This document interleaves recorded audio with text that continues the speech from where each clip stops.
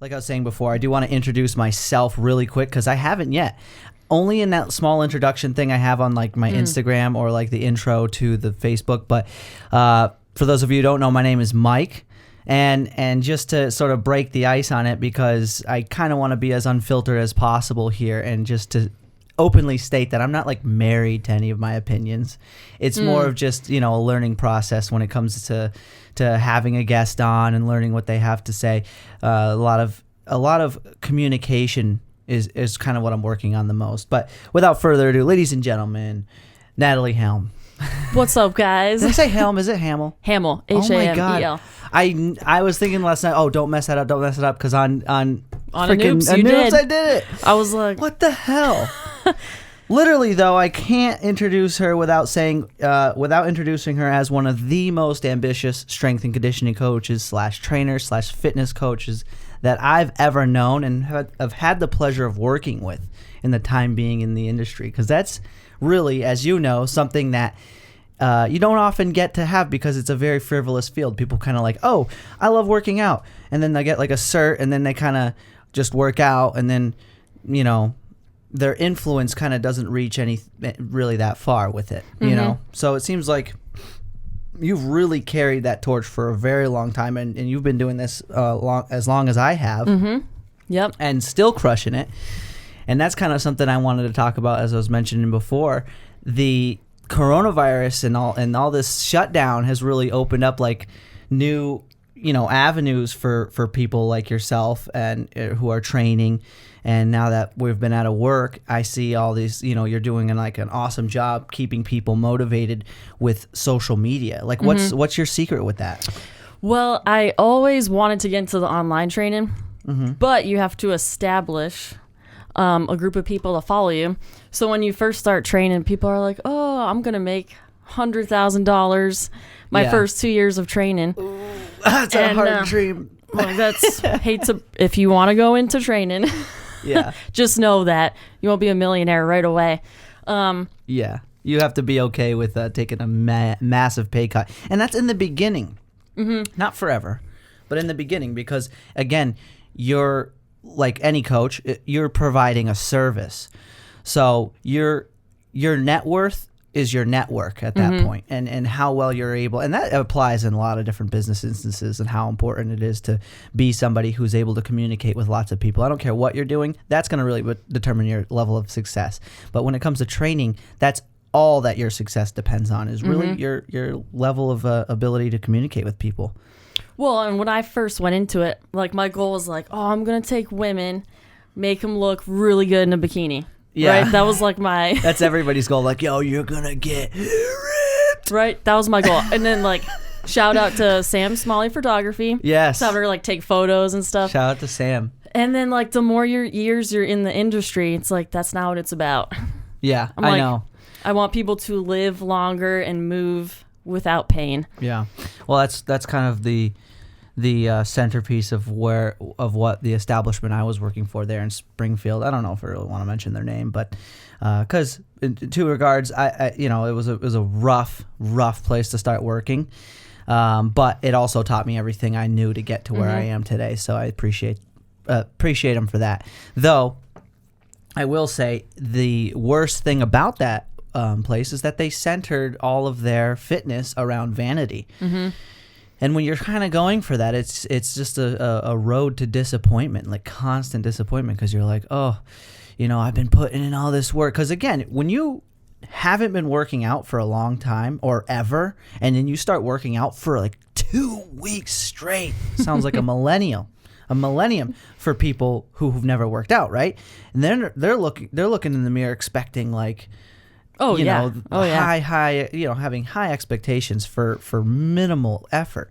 So, and there's nothing like terribly wrong with it, but it's extremely, extremely unmotivating. It can really throw you off, because again, nobody should expect any type of results, no matter what you're doing, with less than like 90 days worth of doing it.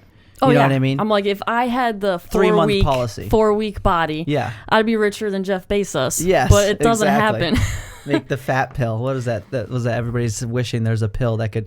That's one thing in the fitness industry that just always blows my mind. It's like people's perception on how to get rid of fat. You know what I mean? And it always seems like people go right to just, start eating less or something. Yeah, and it's like, since Corona, the MLM people are like... What's MLM? The multi-level marketing people.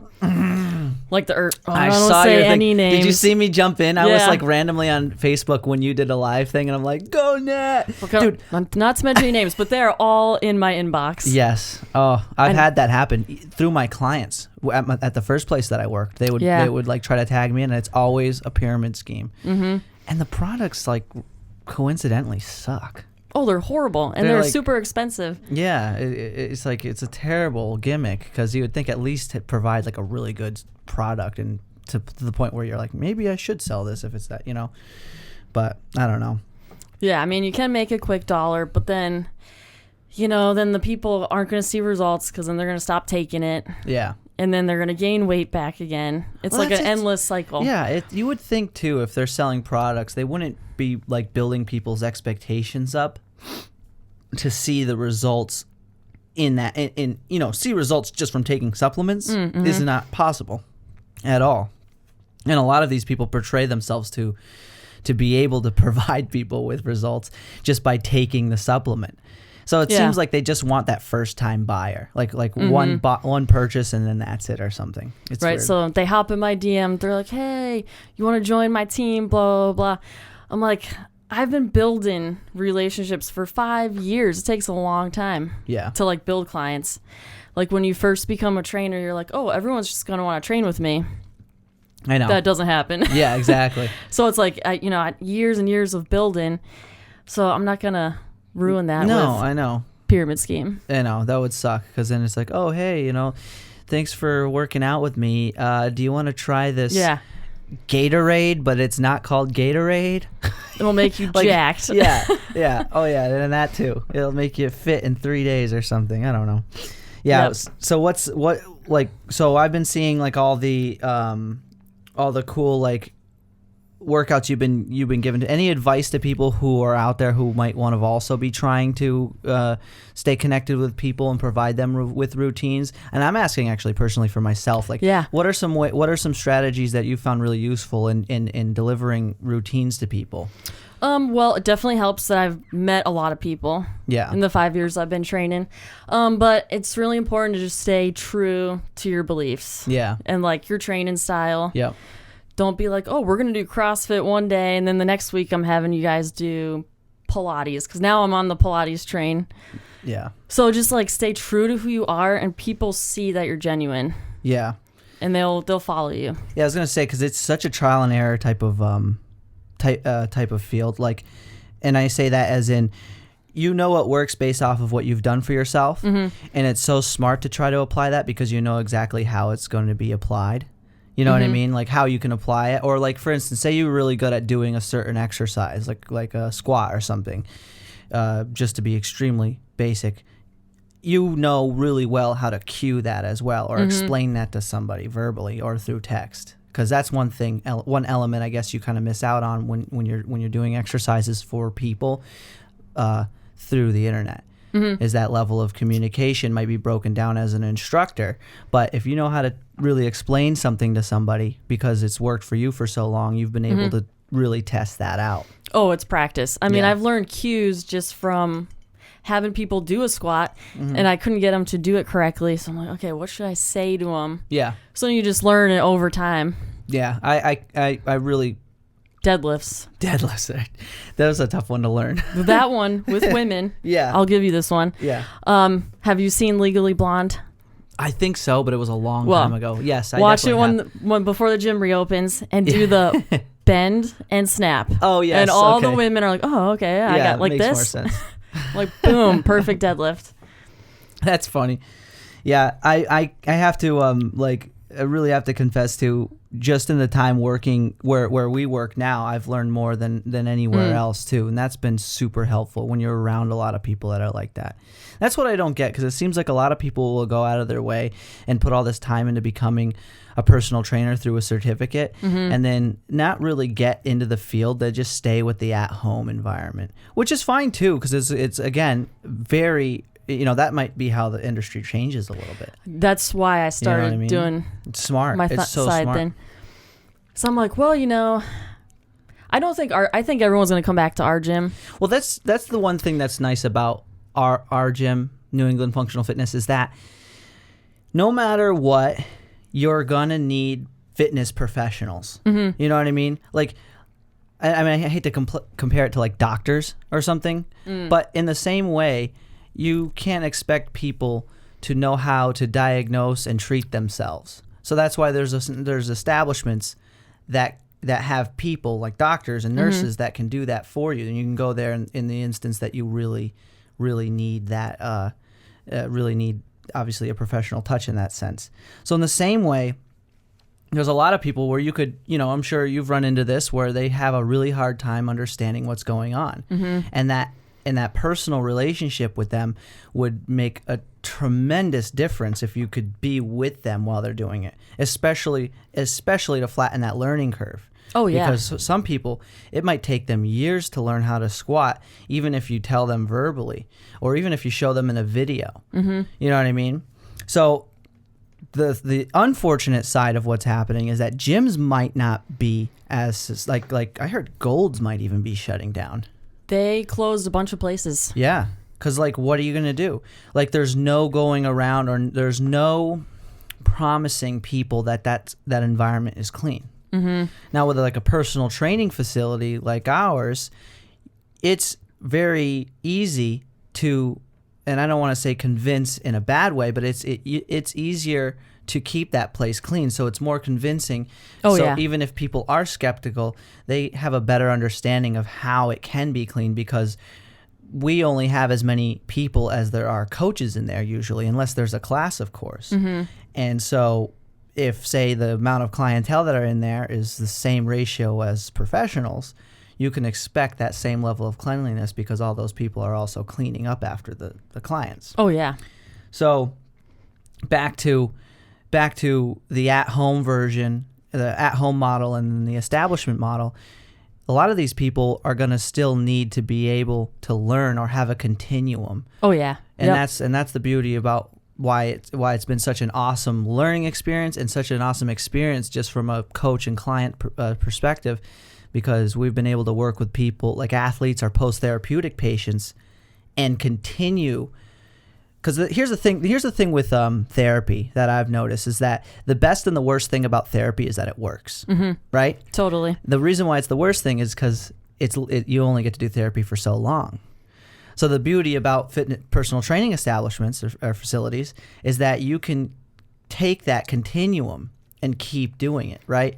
So that's one thing I've always been super fortunate about, and being able to see that, obviously, like you've seen, because we were talking about how, a lot of gyms will focus on vanity, or we're focusing a lot on functionality and stuff, and those are things you can see quickly change in people. Yeah. All of a sudden they're moving better. Just people coming in saying, my shoulder doesn't hurt anymore, Natalie.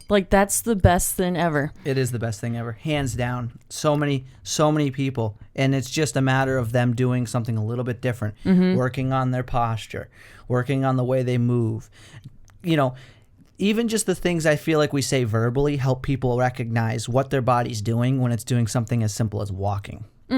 People don't realize that the hips are so involved, or that the back is involved, or that the shoulders are involved in all these things, especially with sitting. Well, we're like this on our cell phones all the time. What are you doing? So unergonomic. We're just like this. And then even driving, a small one, for those of you out there who might have neck problems or back problems, put your back of your head up against your seat when you're driving. You'll notice it just hangs forward like a freaking turkey. It's how long can you do that for? What's your commute? How many hours are you in the car just sitting there with your neck hanging over your chest?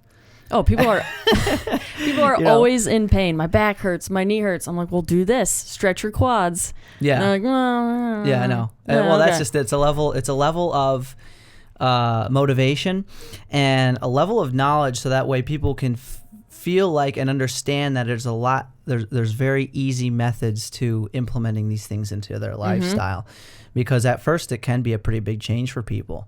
I mean, think about people's first workout. Oh, so sore. Well, people want to be crushed all the time, every time that they come to the gym. Yeah. they're like, oh, I just want this soul crushing workout, or I throw up, or otherwise it's not effective. Yeah. I'm like, well, no, we're going to stretch today. Yeah. Because you're super tight. Yeah, you got to know when to put the gas on and put the brakes on. I'm like, oh, I don't know. Because some people just go all out. And stretching is like the salad of exercise or routine, and it's very easy not to do. But it's easy also to sort of implement within the routine and the range of motion of the routine and the exercises, because that's another thing.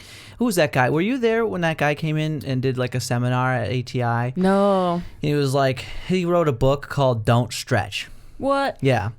And it was pretty much based around how a lot of the times you can influence the flexibility of your muscles by just being diligent with the range of motion of your movements. Because if you use the muscle, like if say you're doing a pec fly and you're not doing it with enough weight to, like max out or anything, but with enough weight so that way you can use that muscle through its entire range of motion. Yeah.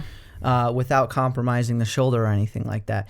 You end up really feeling the difference, and you even feel like you stretch out your chest. Yeah. Or any muscle you're doing that with, for that matter. Oh yeah, Matt always talks about that. Yeah. Yeah. Well, that's why it's just so much fun, because you get people who are super creative like Matt.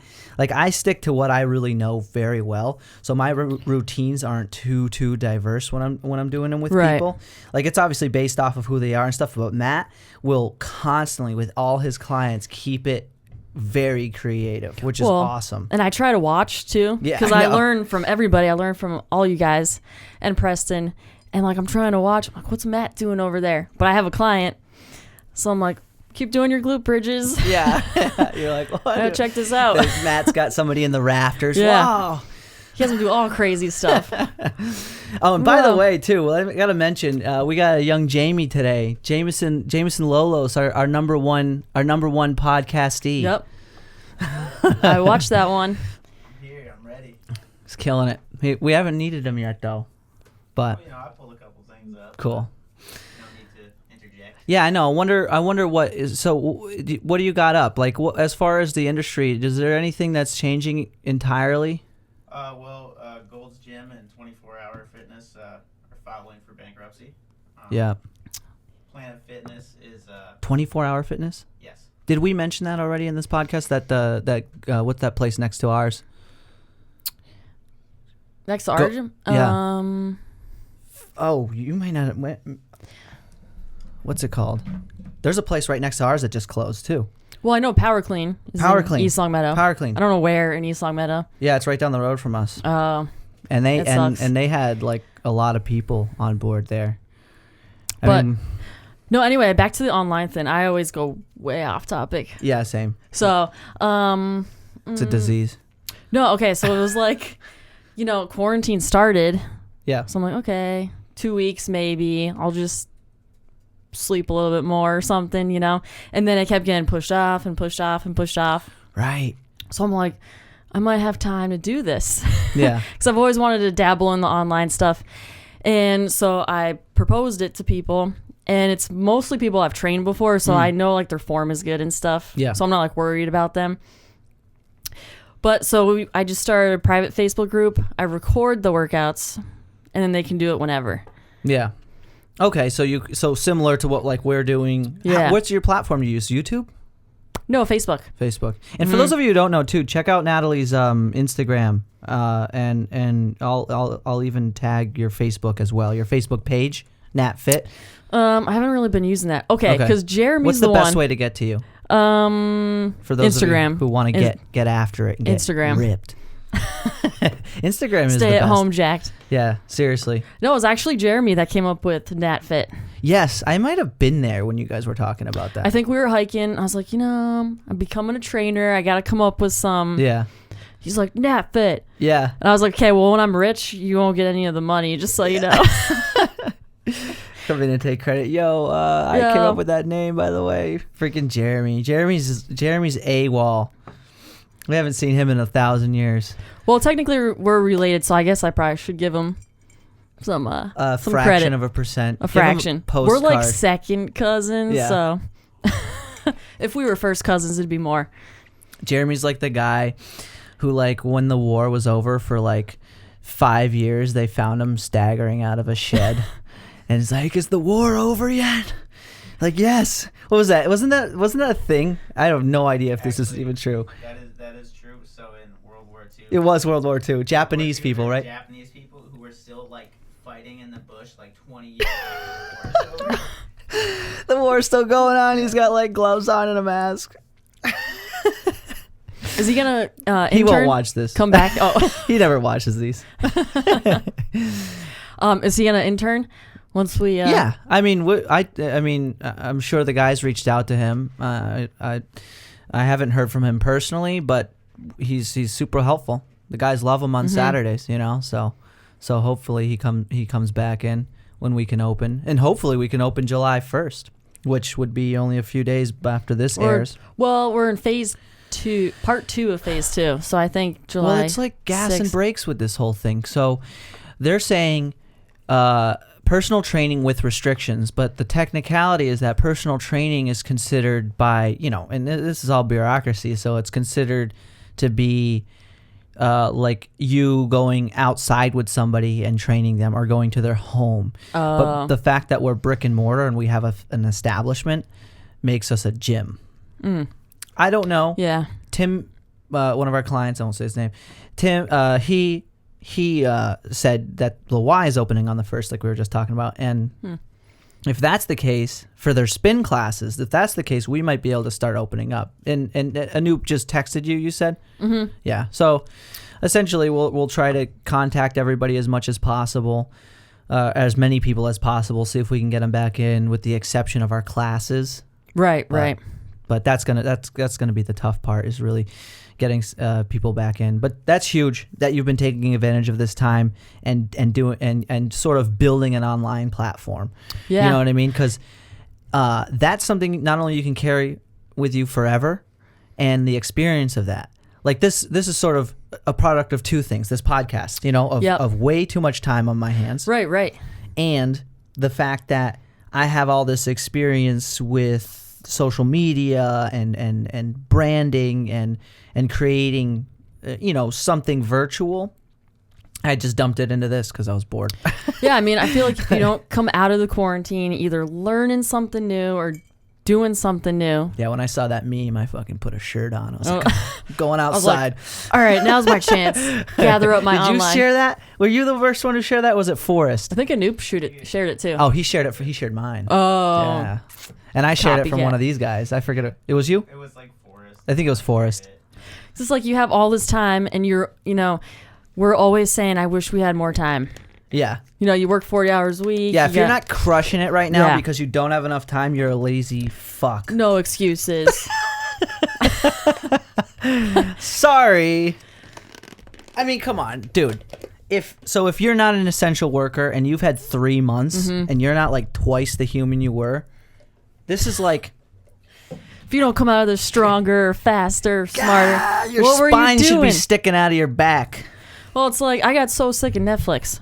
Yeah, And I think everyone was watching Netflix, so Netflix stopped like working. You know it would what? be like, I finally found something cool to watch on Netflix. You ever seen Alone? no. It's awesome. You seen Alone? You guys would love Alone. I think anybody who loves the outdoors. So, it's 10 people out in the wilderness. They have season 6 on there, and Joe Rogan had one of those people on there. I'm not sure if he was the winner or not, but it's super cool. He totally had an advantage. Yeah. Oh, you think so? Did you watch it? I listened to him on Rogan's podcast. Yeah. And he's been a nomad. Yeah, but you should see the other people. It's super convincing that they would be really good at it too.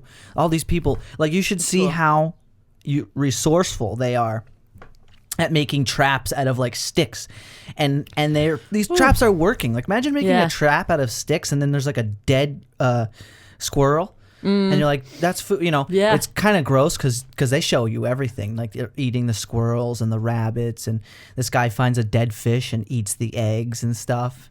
Well, I mean, that's what I kind of tell to my clients. The ones that are like buying all these fancy products and they're doing this and that. I'm like, Yeah. Like, do you think our ancestors walked around saying, "Yo, I had to go get some shake"? Yeah, no, seriously. It's like It's the age of convenience. Oh yeah, but no. Did you ever watch The Dawn Wall?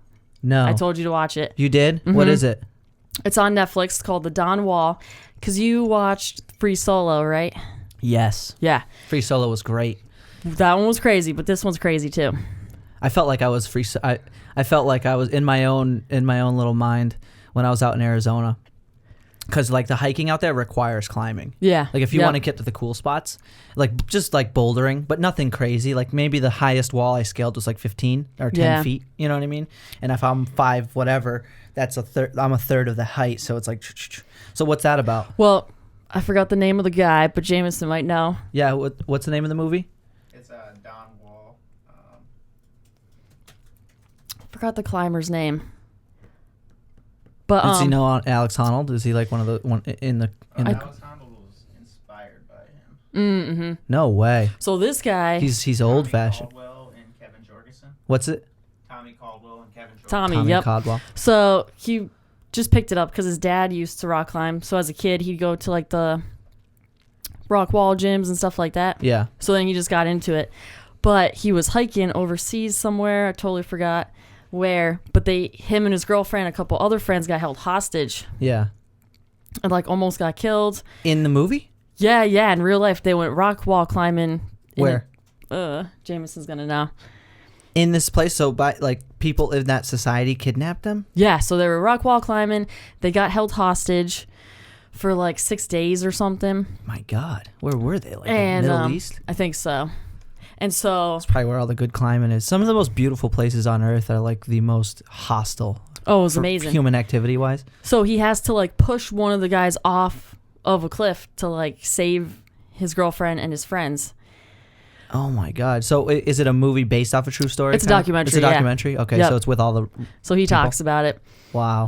And then he just talks about how that affected him. He's like, I killed somebody. Yeah. And so made him really depressed and everything, but he kept rock wall climbing. Yeah. Then he like cuts off his thumb on accident because he was doing like home renovations or whatever. Jeez. So they're like, you're not gonna be able to climb again because the thumb is, a very important finger. Yeah. You It's know? not, is it a finger? Is the thumb a finger? It's. Yeah, I mean, it's Is it? considered a phalange. Yeah. Okay. I don't know where I'm getting mixed up here, but I thought it was like something else. Like they say we have 5 fingers, but it's more 4 fingers Oh. and a thumb. Yeah. Because a thumb on like other mammals goes up here. True. You know what I mean? Like, I don't I know. never thought about that. I'm just a scientist. That's all. But anyway, so he's trying to climb the Don Wall with his partner, and he's trying to come up with like his own path. Yeah. But then he cuts his thumb off, and so that puts him back a little while. But he Yeah. ended up doing it. Thumb off with a table saw. Yeah. Better than that guy from what was it? 48 hours. 72 hours. 127 hours. That was a great But- movie. Whoever hasn't seen that movie, watch that movie. James Franco. Love James Franco, but that movie was freaking crazy, based on a true story. And it's so funny. Again, back to Arizona, he's biking. I think he's out in Arizona, right? Is that where that takes place? People are avid mountain bikers out there. Oh, okay. And if you've seen any like the vlogs that I put up, and I like showed some of the trails, there's just bare rock. Where is it set? Where is it set in? 128 hours. Did you see that movie he just recently put out, a documentary about that guy who made the movie? Oh God, what's that? Gosh, now we need Jamie a lot. Yeah, I know, right? Southeast Utah. Southeast Utah. Well, there you go. Okay. Utah, most beautiful country, state in the country. I bet. I'd love to go to Utah. Oh man, James. Zion. I'd love to go out there. Bryce, Zion. Mhm. That's my next U.S. trip if I go out, if I travel again, because of Bryce and Zion. And the thing is, when I was out there, it sucked because the Grand Canyon was closed. Yeah. And The Disaster Artist. It's on Netflix. It's this. Okay. It's this James Franco movie that I was just thinking about this guy who made a movie that was just terrible, but it was funny. What? Yeah, I'll have to check it out. Worth checking out. But yeah, Grand Canyon was closed. Super bummer. But I said to myself, hey, that's an opportunity to come back. You know what I mean? That's a reason to come back. Oh, yeah. And I met Marcus. Oh yeah. That was wild. It's like, I hope you have a picture. Yes. Oh, did Or I even don't show believe- you? Yeah, you showed me. Okay. I was like, that's him. Yeah, that was wild. Yeah. That's one thing. So with like the coronavirus and everything, and hopefully hopefully things come back sooner than later. But yeah, if you haven't been taking the time to really improve on like a lot of things that you can do at home and yourself, or like even your hobbies. Like I started playing golf last year. Yeah, not very good. But oh my God, Brian Williams. You know who Brian Williams is? Yeah. Our client. Yeah, love Brian. He's gonna be on here. I can say his name. I'm gonna totally get him on here. Love that guy. Freaking gave me a rash because I went to the driving range with Matt. Yeah. Did you see his Snapchat? Yeah. And he just gave me the worst razz over my swing. He goes, Brian says to me, he's like, I cringed. I had to put my phone down. I'm like, dude, come on, man. Like how want to see mine then. How important is golf? No, mine, like that's the first time I've ever. Well, you hit it and you're like, is that what I do? Is that good? Yeah, I wasn't even sure what was going on. It's such a weird well, thing. It's one of those things. When I was a kid, I would totally make fun of it. Yeah, well, I mean, that's not a sport. Yeah. And then we had a golf team in high school. I was like, come on. I'm still the guy who goes, this is the immediate attack I pull on people who tell me golf's a sport. I go, no. Golf takes skill. And then what was my argument? I said, are you does it take athletic ability? And I think it is all skill. You know what I mean?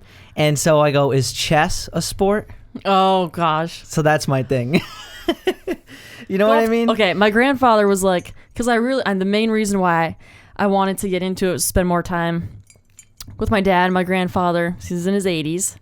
And then my brother golfs every now and then. Yeah. But my grandfather's like, people don't think it's a sport because the ball isn't moving when you go to hit it. But how many times have I whiffed? You know, it's like true. Well, it's cool because it's something anybody can do, and I really love the idea of just being outside and like walking around. Well, yeah, you know and that's I mean? why my grandfather's in his 80s, and the whole Corona first. Mm-hmm. You couldn't play golf. He was just at his house doing nothing, and you know how important it is for people to keep moving. Do something, yeah. He was just sitting there. It's one of those things too, especially with golf, that as nice as it is to just be something or an outlet for people to get outside. As a coach, it's like one of my least favorite sports.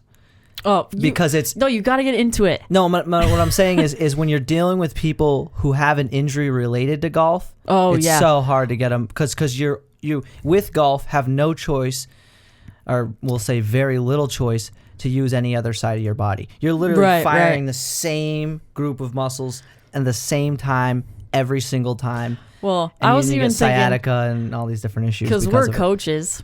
So I was like, oh, maybe I should try doing it on my left side to be even. Oh my God! Imagine being ambidextrous golfing. I could barely hit a golf on my dominant side. But the problem is, people go out there and they just start swinging at the driving range as hard as they can. They don't warm up. Well, that's it too. When I was doing it with Matt, he was explaining to me it's not about strength. Mm-hmm. It's about sort of like your accuracy, and I was just sort of powering, trying to just smash the ball. And there's so much physics to it. And then if you understand all that, you'll be smarter about it. Well, even as I might have stated that, like it can be dangerous from doing something the same so frequently. It's definitely the safest sport to play. Yeah, because it's zero, like absolutely no contact, and you can kind of expect the same series of events to occur every single time. You know what I mean? As far as what your body's doing, obviously the technicality of where the ball goes and all that is different. But and guys, if you play golf and you want a trainer, there's a lot of exercises you can do to become a better golfer. If you're an avid golfer and you love golfing, just make sure you're exercising your core unilaterally from both sides, like all the time. Get a band and just do like core holds and stuff just to strengthen up both sides, both walls of your core. Because what happens is when I was swinging, you're only firing one side of your core and one side of your back. Yeah. So you throw off your hips, you throw off your spine. Yeah. No, I started training all that stuff in the winter. Yeah. To get ready for golf, and then Corona happened. I know.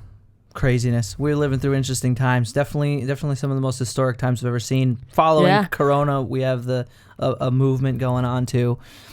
And I think at the end of it, good things will happen. I was talking to our friend Eddie Spaghetti, shout out.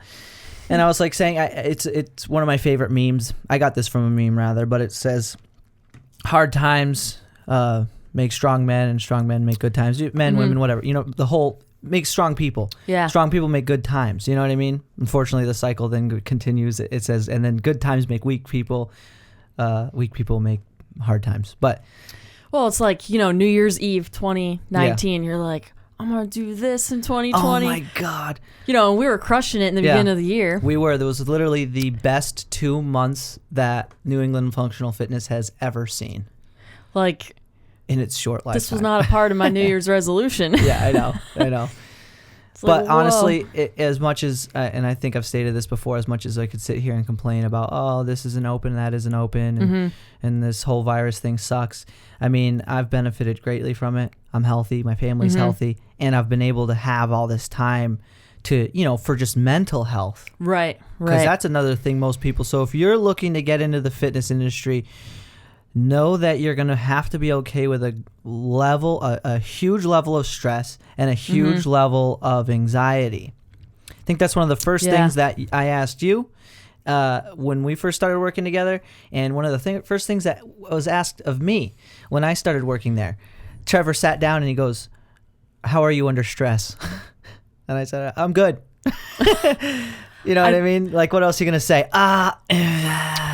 I know Matt did my interview. I might have told him, dude, my first job was McDonald's. Yeah. I got it. Was it really? Yeah. I was like, I know how to handle all these craziness. Yeah, I know. Because it's like very Jekyll and Hyde there. It could be like just one person. And somebody walks in and goes, "Oh, it's empty in here." And you look at them, you don't know what I've been through.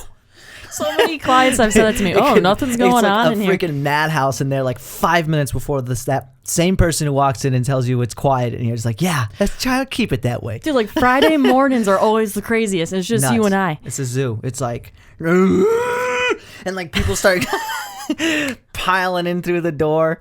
There's like all of a sudden 50 people in the building. I'm like, wonder how Mike's doing over there on the other side. I'm laying on my back. I'm dying over John's here. John's telling me a joke, and I'm like, No, usually Fridays are kind of like my favorite day because you're pretty much running off of adrenaline. Mm-hmm. You're running off of just like, make it stop. The seniors are giving me sass, and I'm just like, guys, let's behave today. So much sass. I miss them so much. They've been calling. They're like, they're like some of the least concerned people in all this. Yeah. A good portion of them, like Joey and Laurel. And so, and a ton of them. I mentioned names for days if I went on, but they're really looking forward to getting back. Yeah, and that's what sucks because it's like there's all this. Here's the thing that I am worried about the most, and it's how much longer are they going to make people wear masks? Right. Because at this point, anybody can kind of do the research. Everybody kind of knows my point of view with the masks. Is it just seems like if it doesn't matter what's on your face, it's not a matter of safety. It's just a matter of obedience. Well, you know what I mean? Like they're just like, okay, there's people walking around with scarves and handkerchiefs and the collar. Jameson was able to go get us some milk out of this grocery store because he wrapped his shirt around his head. You know what I mean? Like at this point, you got to wonder what's going on because the protests that happened in Boston were 2 weeks ago. Yeah. And Baker just said the numbers are still going down. So I'm like, well, that's just it. So I keep seeing things that they're little things. Nobody's really talking about coronavirus anymore on my feed anyways. Right. But like there's some talk that the numbers are going up, but not very much, but not here. I'm actually curious. Is there anything that you can find, Jameson, that's showing that any of the numbers while these protests are going up? Nothing yet. Nothing like conclusive. It has only been going on for like about 2 weeks. And, we'll wait and see, what the results are. That's true. Not that's true. Everybody's going to get tested. And also, it's something like 80% of people who get symptoms, or who get coronavirus don't show any symptoms. So yeah. Well, that's true. It's hard to determine. Our job is very personable. Like, if we have to wear a mask, they can't tell if I'm smiling or... Yeah, it does suck. It's a level. It's definitely a barrier, an emotional barrier in a sense. Yeah. And the thing I'm worried about the most, you shared a great article on it, is it's one thing if we have to wear a mask, fine. Mm-hmm. But if we're training people at the caliber that we train some people, I would, as a professional, tell them not to wear a mask. Yeah, Because- I've made people throw up before. I'm like, okay, Yeah. so if that happens, Passing out. and they got a mask on, If you've been in the industry long enough, somebody's passed out in your arms before. your That's arms- scary. Yeah, dude, I'm not even kidding. I'm not gonna say his name, but you remember Yes, yep. you came into work I was and just we're like- like, this is the kind of day we're having, and it happens, and there's nothing wrong with it. It doesn't make anybody bad. It's just something that you can never predict, because at the end of the day, you don't have any control over anybody's diet. You don't have any Yeah. control over them coming in and, hey, did you eat breakfast? Nah. Or Like, people don't tell you what? if they feel dizzy. They Yeah. just They just keep pushing through it. A lot of people are very, very have a lot of perseverance, and that Yeah. is so cool. But at the same time, it's hard to predict the symptoms that might follow poor diet. Even for a day, it can affect you immediately once you start moving and get your heart rate up, because you are almost functioning at a completely different level once you're exercising versus being sedentary. And having a mask on, ACE had that article saying that you're running the risk of getting hypoxia from wearing a mask if you're breathing heavy. So like my plan is when I start training in person again, maybe just do like, low intensity stuff, because people might be out of shape too. That's true. How many of especially our clients have been like So crushing it at home? well, Not everybody can, ride their bike to the top of the quabbin. That's kind of what if I'm not working out, I get on my bike and I ride it up to the top of the quabbin. yeah, or I'll do like some 20-minute body weight hit something. Something. Yeah, stay moving. That's another thing too. That's one thing, and this is just talked so many times. So if you listen to the Joe Rogan podcast, it's been said before so many different times by so many different people, but it's like, where's the support from the media when it comes to encouraging people to make healthier life choices? Well, Because that's going to really determine everything. yeah, they're not. I just bought a shirt that says exercise is essential. Can't wait for it to come in. But they're not telling people to go outside, get vitamin D. Yeah. They're not telling people, like in my online group, I stress the importance of taking care of your immune system. Yeah. So I'm like, eat your vegetables, Get outside. go outside, get some sunlight, drink water. It's huge. Sleep. You should literally, a good rule of thumb that I've been implementing, and I think I've seen this somewhere in a few different articles, that you should get at least 20 to 30 minutes of sunlight. Yeah. And even if the sun's not out, folks, being outside during the day, the light that's still from the sun, so still get outside and just spend time outside. It's not only good for you from a hormonal standpoint with the whole vitamin D, but also just from like your biological clock, your circadian rhythms, when your body knows when to sleep is going to be based always off of light. So if you're inside in controlled lighting all day, you need to make sure that you're getting outside so that way your body knows what time it is. Because the thing about controlled light is it never dims. It doesn't brighten up and it doesn't dim. It just stays like this.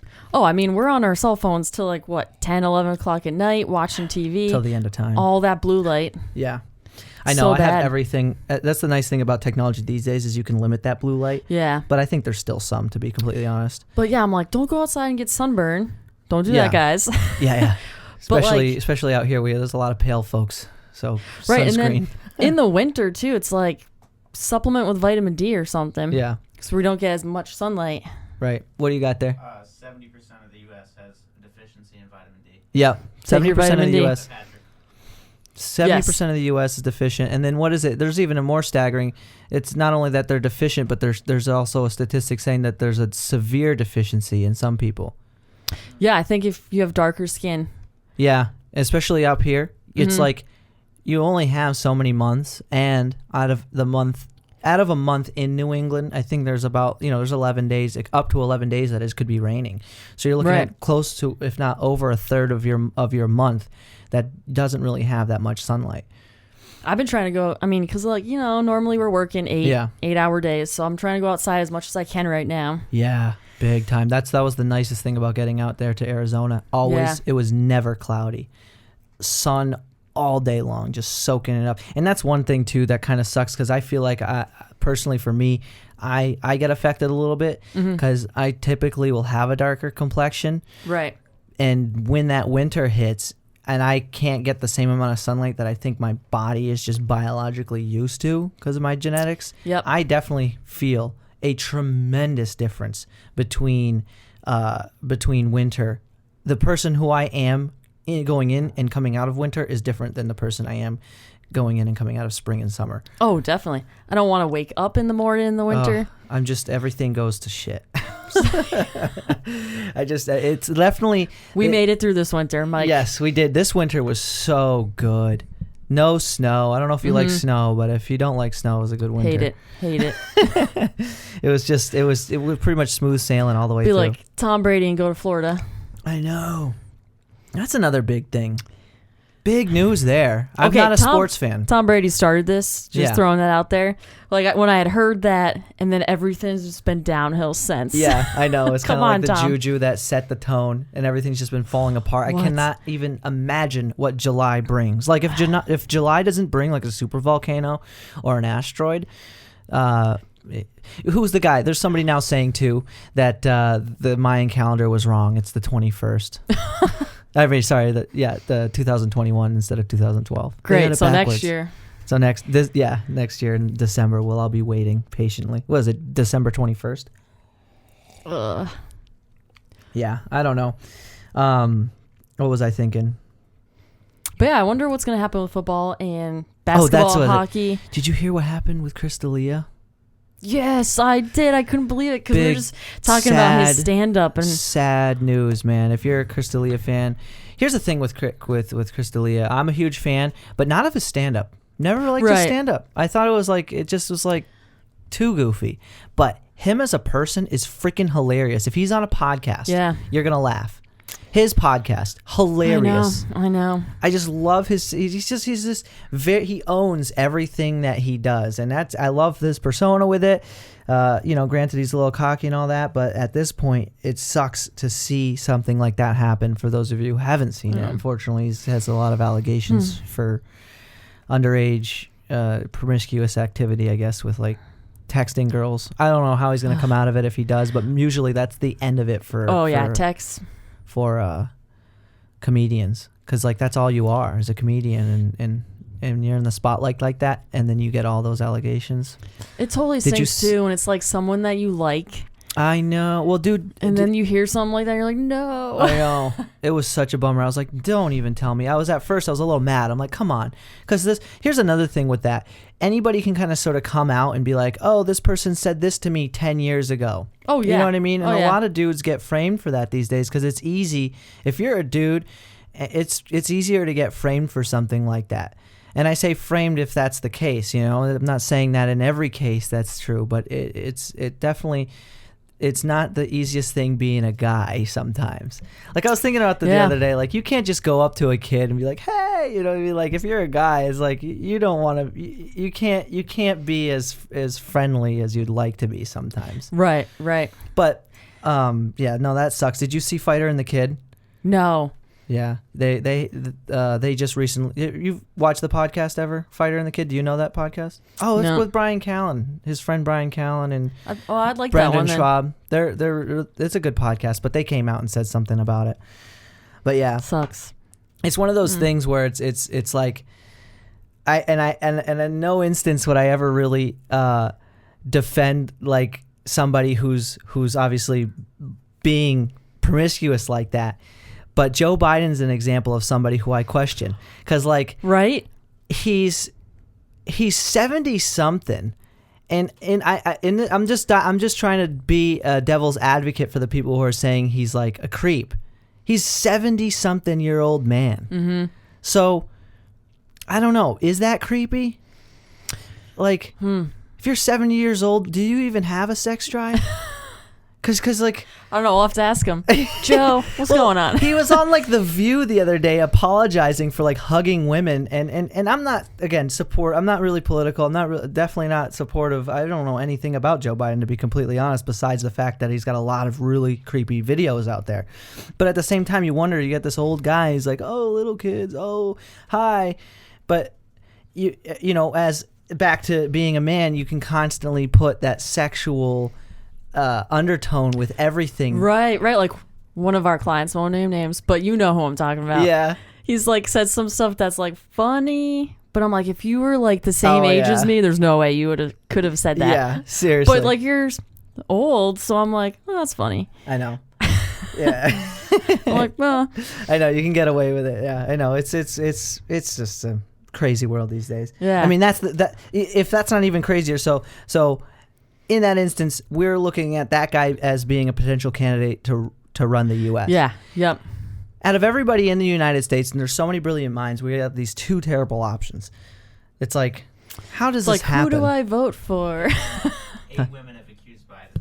Yeah, and I wonder if maybe he is a creep. Again, I just think to myself, because when you see him defending himself, he's so out of it. Yeah. That does he even know? Like we've dealt with a lot of people with dementia before, and they're all just very nice people. Yeah. Like one of my you know who I'm talking about. Yep. She'll come up and she's like, oh, you're beautiful, or like something, and they're just I don't know. And if I were to compare that, I would say, well, I would kind of treat him as though he has those same symptoms, because it kind of seems like he does, like I know how much of it is him being, a bad person versus him just sort of being, who he is. I don't know. But then if he does have dementia, yeah. Well, who would want to be president anyways? Like, everybody hates you. Even like Governor Baker, he looks like he's aged 20 years since this whole thing. We were laughing about that. Remember when he was running, and now that he's a governor, and you're looking at him, and you're like, what? Could you imagine the he stress? Looks like. Have you ever seen The Dark Crystal?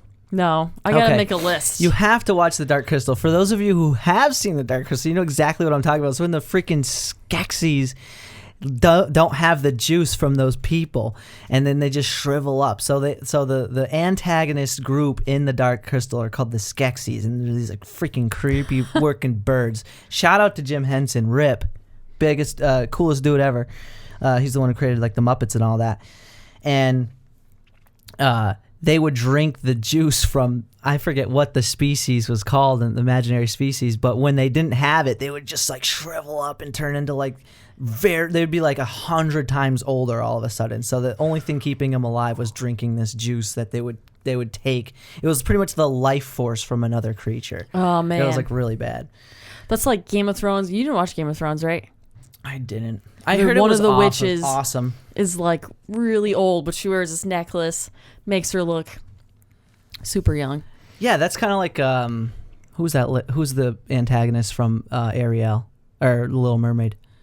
Didn't she have a necklace that Ursula? did that? Ursula, yeah, that's right. Did she have the same thing? Like I think when so. she took the necklace off, she got really old. Yep. Yeah.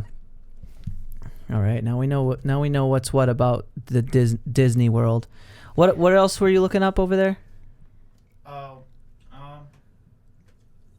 fun fact: Mark Wahlberg golfs ambidextrously. Oh wow. My gosh, Mark Wahlberg. Yeah. I loved him already, and now that's like super cool. Oh, dude, did you see they were going after him for saying stuff when he was like a teenager? It's like didn't he go to jail before? Like he's rough and tough kind of guy because he grew up in South. Yeah.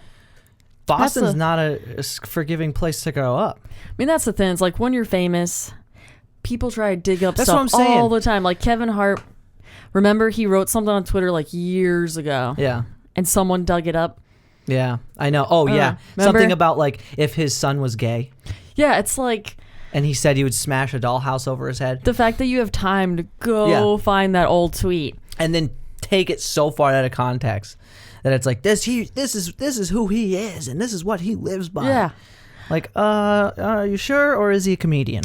I mean, if you get easily offended by things, do not watch comedians. Yeah, or don't go on the internet. That's the thing. That's why I kind of stated what I stated in the beginning of this podcast, is that, as we all do, I have an opinion too, and I don't want to be like completely scrutinized or torn apart because I have one. I'm definitely somebody who's willing to talk about things and take both sides into consideration as much as I possibly can. And kind of like that podcast with Jocko, that level of communication is sort of broken down and broken up into now just memes and comments. Yeah. And it's just, you now have to be so careful, and depending on who you are, it's really hard to have an opinion. Yeah. Because you can just, because of who you are, be by society not allowed to even talk about it.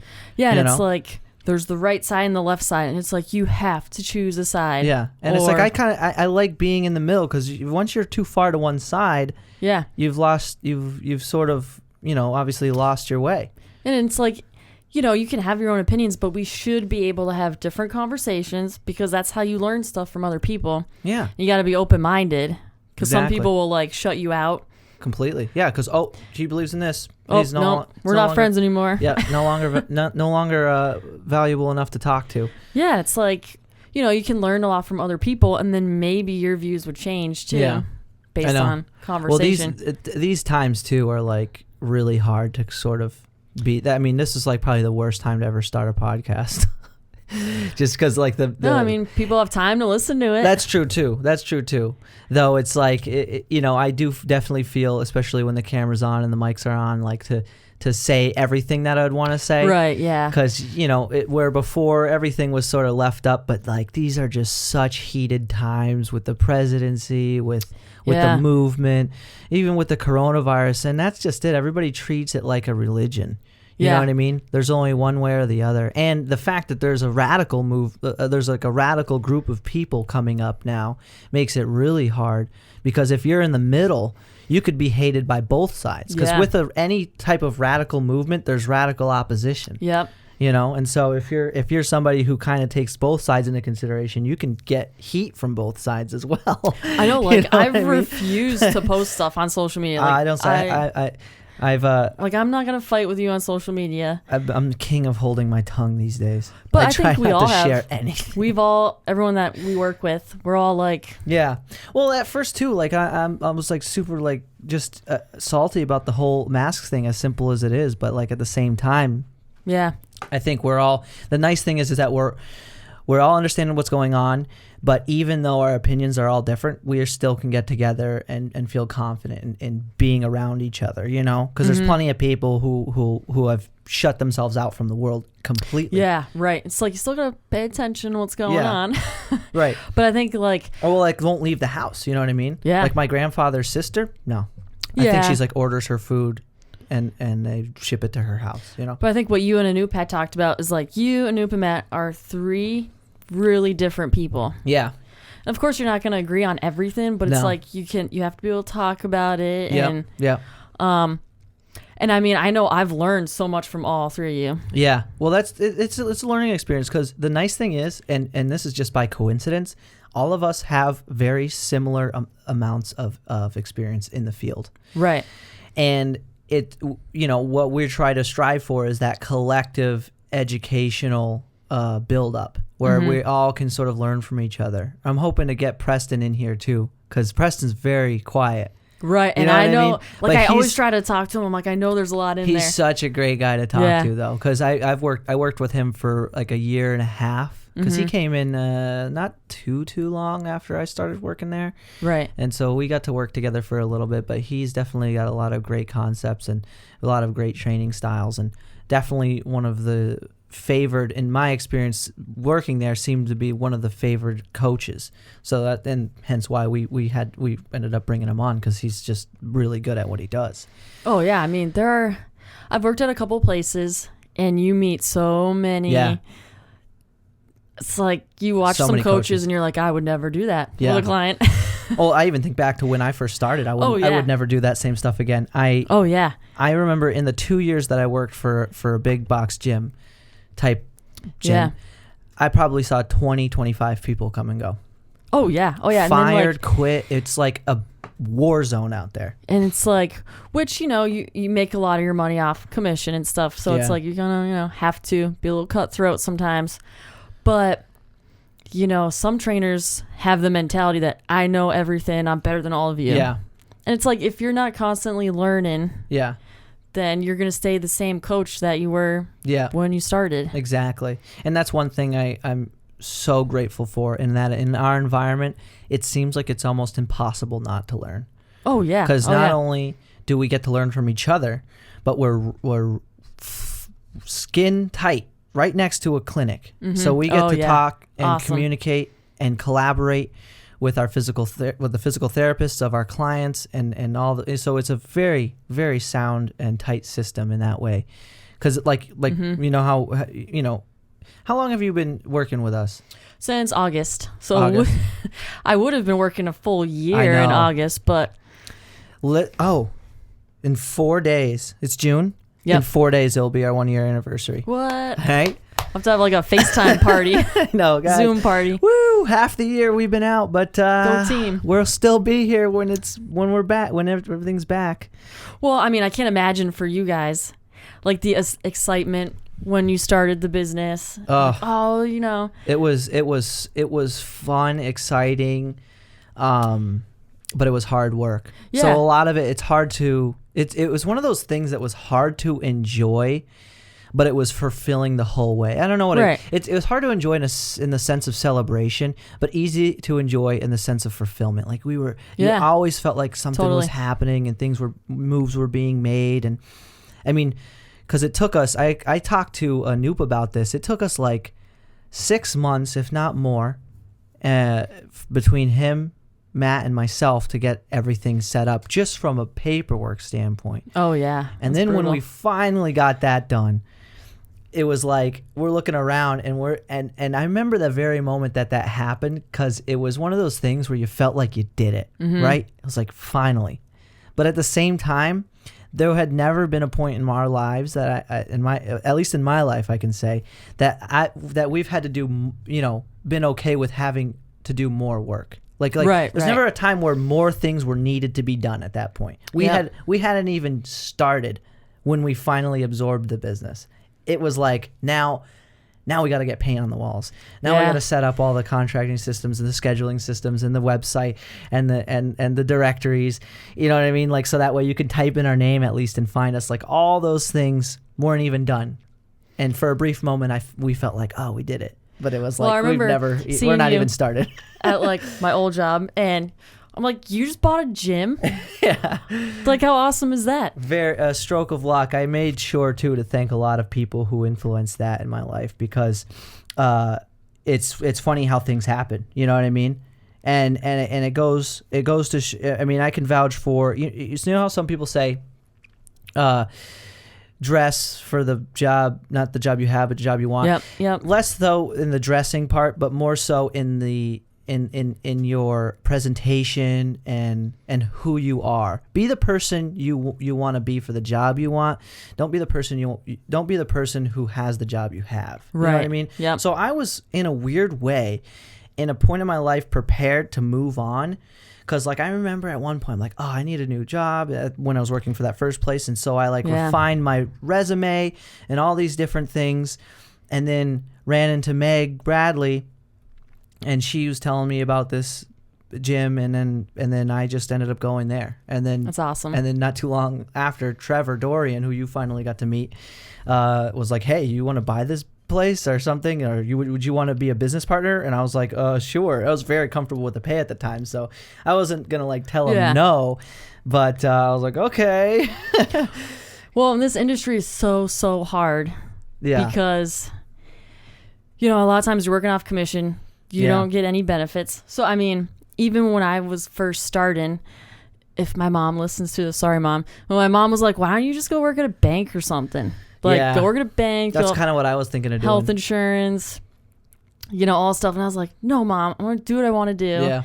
So anyone listening, if there's something you want to do, just do it. Yeah, keep doing it because you'll eventually you'll get there, but you have to be okay with failing a lot and learning and humbling yourself. Because I can't tell you, in the beginning of this, because we had these weekly meetings at the last place I worked, and every single meeting, the things we would go over made me feel like I was in the wrong place. Yeah. You know what I mean? And I don't think it was entirely, because of what they were going over. I don't want to say that I was a victim of the meeting. Right. But I was always wondering, am I in the right job? I know. Because at first you're like, what the hell is going on? Because there's just so much to learn. It's like this very low qualifying type of job. All you need is a certificate and you can do it, right? Yeah. You don't need some degree.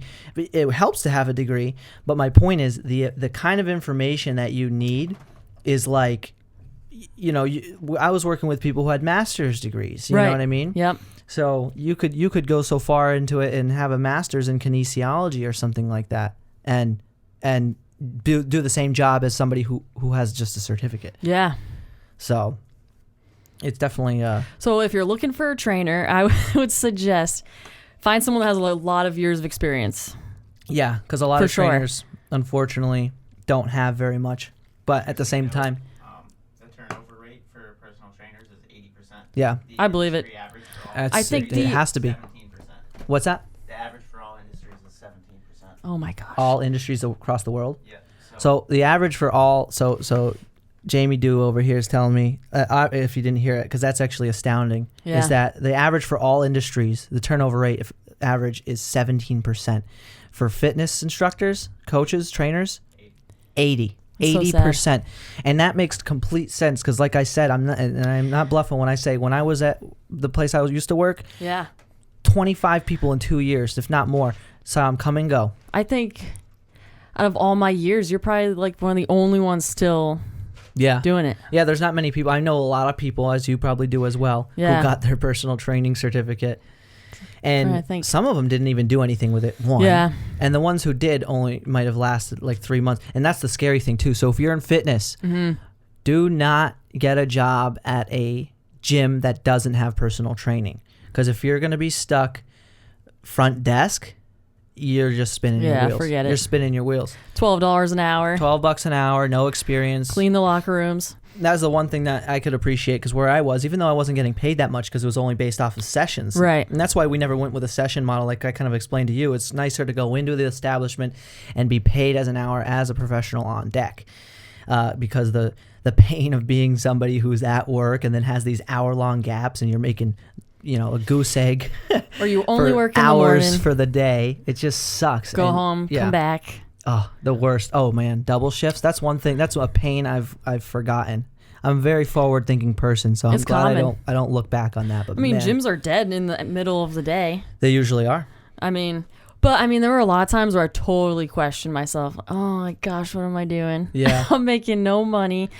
But then, when you get a client that is like, oh my gosh, Natalie, like Yeah. I could do 10 push-ups on my toes. And you're Yeah. like, Yeah, I'm like, okay, I am doing the right thing. Yeah. Because I do want to change lives, but not where. it's a very cool industry because Yeah. it's a service that helps people. You know what I Right. mean? And it's very worth it for them because that's the one thing. If you're not somebody who's into sales or some people can be very kind. It's easy to be a pushover in any instance, and that's one thing that made it really tough for me at first because when I was at the other place, I didn't feel like I was delivering a product or a service worth the money. Yeah. Because they charged like $50 for a half an hour there, and it was a contracted monthly. And 50 we don't hours. make that $50. No, you make like I think I got up before I left. I was making like 20% of that. Yeah. And that's yeah. per session, not even throughout the day. So I could work equivalent of maybe 2, 3, 4 hours worth of appointments for a 9-hour day. You know what I was thinking? Okay, this might sound like I don't want to make it sound like I want more money. Yeah. But you know how like you go out to eat, you tip Yeah. the waitress, but she's only making like $3 an Right. hour, and like you tip your hairstylist and you tip your massage therapist, and I'm like, well, I provide a service like that too. I don't get tipped. I know. Well, it's weird because you're sort of like a It's different. professional where people aren't spending money when they come in. Right, They've already right. spent it usually. Yeah, it's weird. But as you know, the level of generosity certain meets that in the same way come like holidays. Oh yeah. I have never been more fortunate in my entire life to be working where I work now, where we work now, because of that alone. It's Right. humbling. It's like, whoa, these people are so appreciative, and they really, really do above and beyond job showing it Yep. come the holidays. But like when you're at other gyms, you're making 20% off, whatever. Well, those gyms are so stringent. But like 'cause- people don't know, clients don't know that. Yeah. So I want them No. to know. Yes. Yeah. Know that if you're training with the trainer based off, depending on what gym you're at, there's a good chance they're not really making that much. Yeah. Unfortunately. Not saying you have to tip trainers, but Yeah. Yeah. but see the value in personal training. Yeah. And yeah, so that goes back to really being comfortable now in the place that we're at, that the cost of the service is well worth it in value. Definitely. Yep. Like the amount of benefit people get out of that is huge. And anybody who has trouble motivating themselves, it's always better to if you have to pay some money to get somebody to do it for you, right? Especially if you have the money, because there's no better investment than your health. I mean, statistically, how many people a year, Jameson, die of cardiac disease or some type of heart disease? That's the number one killer, I think. Yeah, in this country, I believe it is, and it's really always affiliated with poor health choices. But it's like, when like money gets tight for people. Yeah. Which happens to everybody Yeah. at some point in their life. Money gets tight. The first thing they cut out of their budget is the gym or their personal trainer. And it's like, not Hulu. Yeah, they don't get Not rid of Netflix. Netflix. I'm like, It's about 647,000 Americans die from heart disease every year. A year, Ooh. 600 and what? 647,000. 640,000 Sad. people. It's an epidemic. yeah, it's like, That's like a freaking. That's like a. God. It's crazy. It's still not it's not even 1%, but still, But like, that's a lot of people. if Damn. money gets tight for you, cut out your Netflix isn't serving you. I know. Netflix doesn't make you a better person or Well, anything. That's one thing I don't understand is how many people have all these subscriptions: Hulu, Netflix, Disney Plus, HBO, and then like streaming services for music. It's like you have over $150, and that's the one way that, for me, it's easy to explain to people the value and how easy it is to accommodate for that value when they're apprehensive and like, oh, I don't know if I can afford this, and it's like, you're not just being like a dirty salesman just for their money. You're showing them that they can afford it. And the fact that it costs them money then creates value for them. Because say I gave you something for free, would you value it? Oh, no. If the sessions were free, would you come in? Heck no. You probably They would. never come in. Yeah, they even when they pay, they'll be like, "Oh, there's an excuse." You know what I mean? Sometimes there's a legitimate excuse, and we have a pretty modern business model. We're not stingy. If somebody has an issue, we usually don't charge them, or like we never hold on to people's money. You know what I mean? If somebody needs their money back, it's like, no question, take it here. Gyms do that. Yeah, gyms do that because they'll snag you with a contract. Mm-hmm.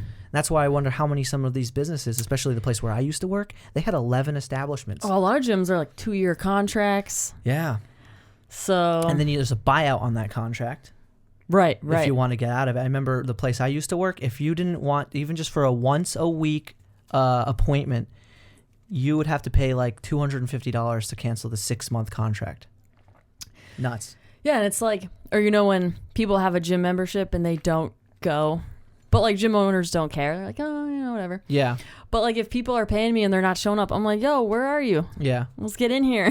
Let's get to work. Seriously. You gotta be hard. You have to fine tune your leadership abilities, make people feel comfortable in what you're doing, be confident. For those of you who are looking to pursue the fitness industry, know that you'll learn more in time and be more comfortable with the material in time too. So don't give up on yourself, because that's one that I've come across. I'm like I was telling you before, how many times I've questioned if I'm in the right industry. Yep. Value yourself as a trainer. Yep. Talk more about like when you're advising people like on health stuff. You know what I mean? Because I'm sure that's another thing that's very easy to convey. Yeah. Remotely.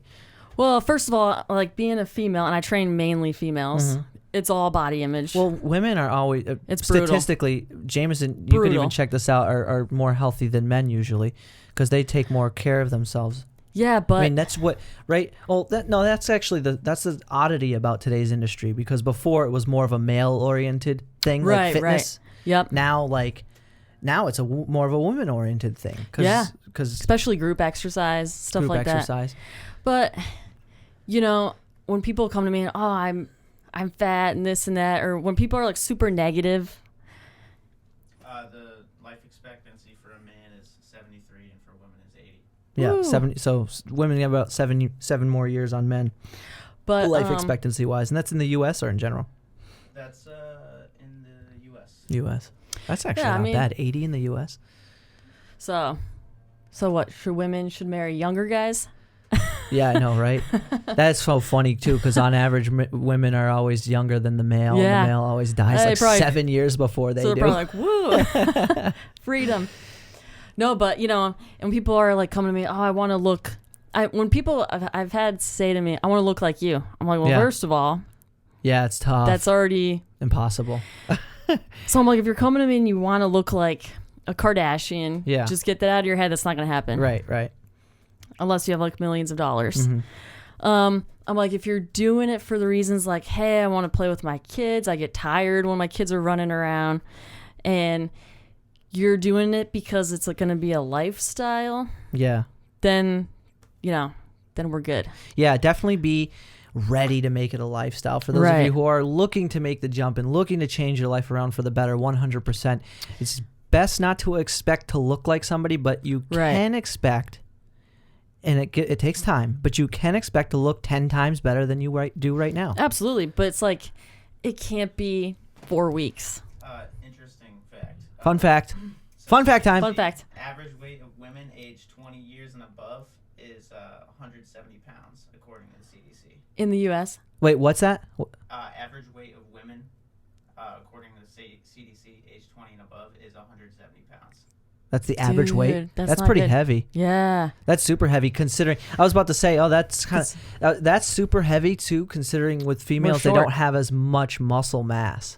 And we're shorter usually. I mean, considering how dense muscle is. But yeah, well, is it? Yeah, shorter. That's true too. I know that is crazy. It's so sad. So, basically, I'm doing what I do because I want people to live healthier lives, but like in a comfortable way. Right. In a way that you can integrate it and it makes sense. Like fitness is flexible. Yeah.